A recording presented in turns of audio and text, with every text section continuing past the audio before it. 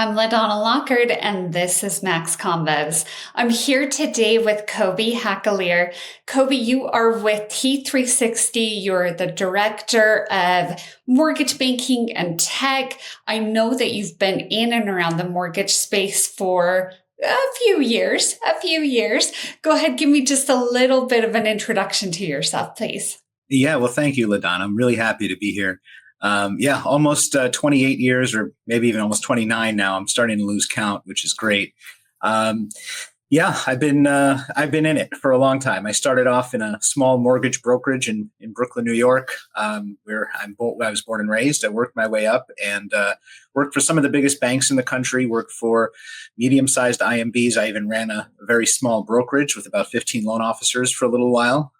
Been on the sales leadership side, the operational leadership side, and now I'm working with T360, which is a management advisory firm that's got deep roots in the real estate and mortgage industries. And I came here because I wanted to affect change in the industry from a different perspective. And I also am a contributing columnist for Real Estate News, which is a sister company of T360, just in full disclosure. Got it. I'm glad that you brought that up because just last night I read an article that you had written and it was fantastic. It was very thought-provoking. There were a few points, there were 5 points that you mentioned specifically of changes that potentially could come down the pike this year in the mortgage industry. Take me through those 5 points, if you would. Yeah. So I first of all, I appreciate the praise. I had a lot of fun writing this article. I try to write articles that are thought provoking about the industry. Sometimes I'll attack different issues that I feel are prevalent or need a little bit more attention. This one was, born out of the fact that over the past couple of months, I kept seeing all kinds of different predictions for what 2025 was going to look like. And it was everything from 2025 is going to be exactly like 2024 to 2025 is going to be the game changer. I recently participated in a webinar where a big theme was how to win in 2025 and beyond. And that was actually the title of my presentation. And it's all about this kind of idea of our industry going through an evolution and going through a change. And so I wanted to have a little bit of fun. Some of these things I think are inevitable, but they may not happen this year. Some of these things may not happen ever, and I'll take you through them. So the first thing I wrote about was this concept of AI-driven mortgage approval processes, and companies are already investing a lot of money in AI, and there's a lot of mortgage tech companies that are investing a lot of money in developing products that relate to AI. I think we're going to continue to see this emerge in the mortgage industry. I think what's going to hold it back is how to figure out how to give people a fair shake with AI. As we see credit underwriting change, as we see credit scoring change, we know there's a lot of regulatory compliance in mortgages as it relates to minorities and underserved groups. And so how does AI play into approving those groups and making sure that we have a level playing field for everybody? And so I think we're going to continue to see this. I don't think this is going to be something that's specific to 2025. I think it's going to take its next step in 2025. But I think in 2025, what we will see is this kind of notion of AI being used more by the mortgage companies and then the regulatory agencies taking a deeper look at what it's actually doing to impact consumers. Another thing that I wrote about was the concept of rates, and a lot of people up until today, actually, where Fannie Mae revised its rate outlook, but a lot of people were thinking rates would head down into the sixes, potentially even into the fives. And the fives is that golden area where people think, that's going to trigger refinances, that's going to trigger a lot of buyer activity. And so I said, well, I could conceive a world where rates head up to 10%.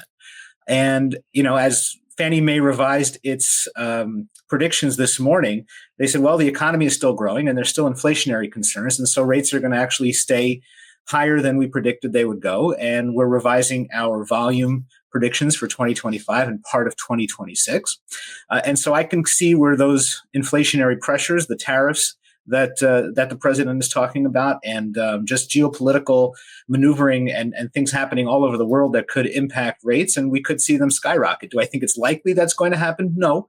I don't think we're going to see 10% rates this coming year. I'm not sure we may ever see 10% rates, but I can conceive a world where if you can predict they're going from over 7 down to 5, I can see where they're going from 7 up to 9 or 10. And so I just wanted that to be something that loan officers thought about as they enter this year, for the industry at large to think about. Fantastic points already thus far. And I mean, things that we already know and are seeing play out. So far you're kind of 2 for 2. Again, let's not hope that the rates go as high as what you said that they could go, but I'm not hoping for it. Yeah, I'm not hoping for it. And if you thought I was 2 for 2, this may be my 2 for 3, because my next point that I talked about were space-based mortgages.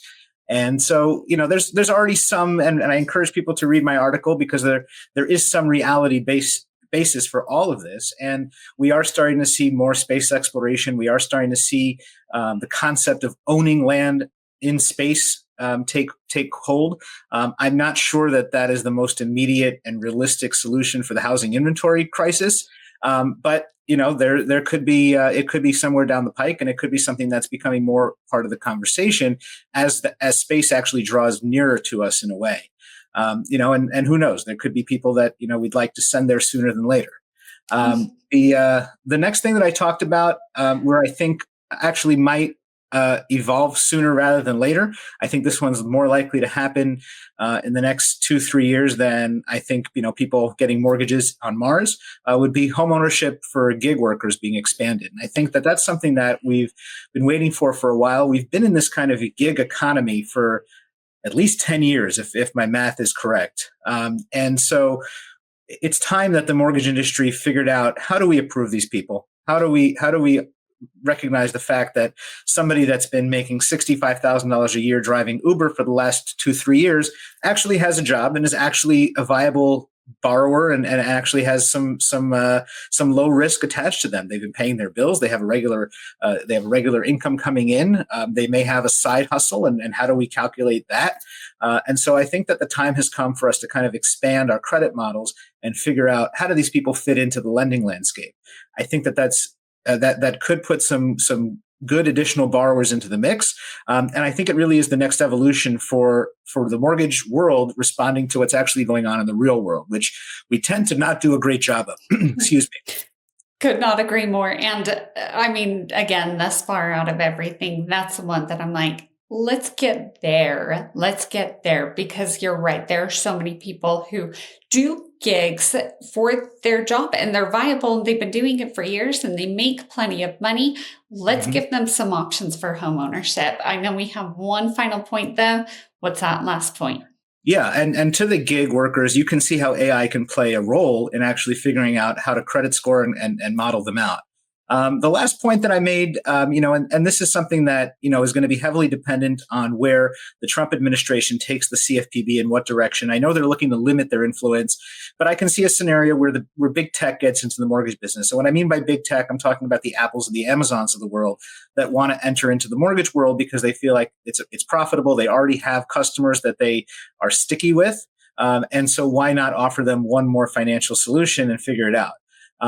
So again, this is heavily dependent, this prediction, on what the compliance landscape looks like, because these tech companies are not going to want to enter into a minefield that some of the bigger banks like US Bank and Bank of America and Wells Fargo and Chase, for example, are so worried about navigating and have been for the last 15 years or so. And so the idea that some major company that is public and has shareholders is going to enter into this space willingly, because remember, the big banks have to offer mortgages.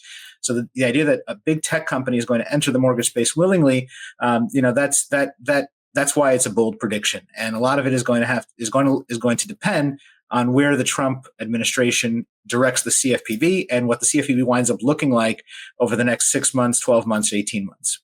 We definitely have a lot of variables coming up over the next year, but I do agree with you. All of these points are very thought-provoking. They are things that LO should be considering right now and determining how they are going to adjust in order to follow suit. So thank you so much for such a fun and thought-provoking article. I highly encourage everyone to go read it.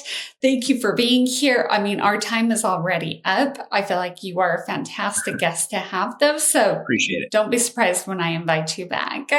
Would love to come back. Thank you. Thank you again for being here. I'm LaDonna Lockard, and this is Max Convos. For more on these and all of today's top stories, Go to nationalmortgageprofessional.com.